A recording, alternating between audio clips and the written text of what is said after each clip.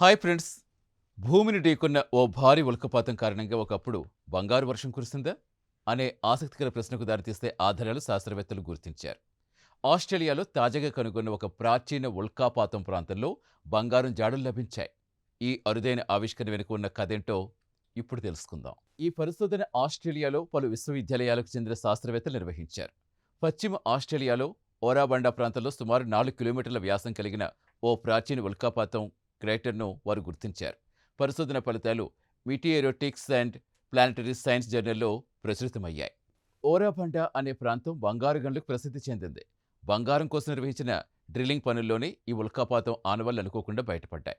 శాస్త్రవేత్తలు పరిశీలించిన రాతి నమూనాల్లో ఉల్కాపాతానికి మాత్రమే సంబంధించిన ప్రత్యేక లక్షణాలు కనిపించాయి. అందులో ముఖ్యంగా షాటర్ కోన్స్ అనే శంఖాకార రాతి నిర్మాణాలు గుర్తించారు.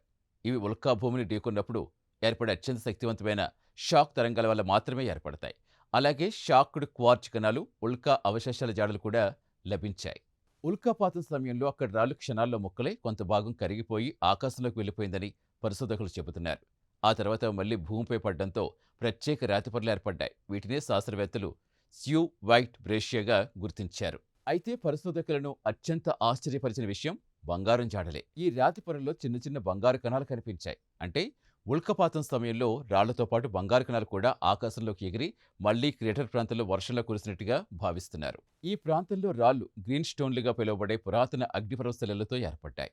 ఇవి సహజంగానే బంగారు నిల్వలకు ప్రసిద్ధి చెందాయి. అందువల్ల ఉల్కాపాతం సమయంలో ఆ బంగారు కణాలు కూడా ఇతర శిలలతో కలిసి గాల్లోకి ఎగిరిపోయి తిరిగి నేలపై పడ్డట్టుగా శాస్త్రవేత్తలు చెబుతున్నారు. చూసారుగా, భూమిని ఢీకొన్న ఒక ఉల్కాపాతం కేవలం భారీ గుంతనే కాదు, బంగారం జాడలు కూడా ఎలా బదిలి వెళ్ళిందో. ఆస్ట్రేలియాలో గుర్తించిన ఈ కొత్త క్రేటర్ కోట్ల ఏళ్ల క్రితం జరిగిన ఖగోళ ఘటనల గురించి మరింత లోతైన అవగాహన అందించే అవకాశం ఉంది. ఈ ప్రత్యేక కథనంపై మీ అభిప్రాయాలు కామెంట్ ద్వారా తెలపండి.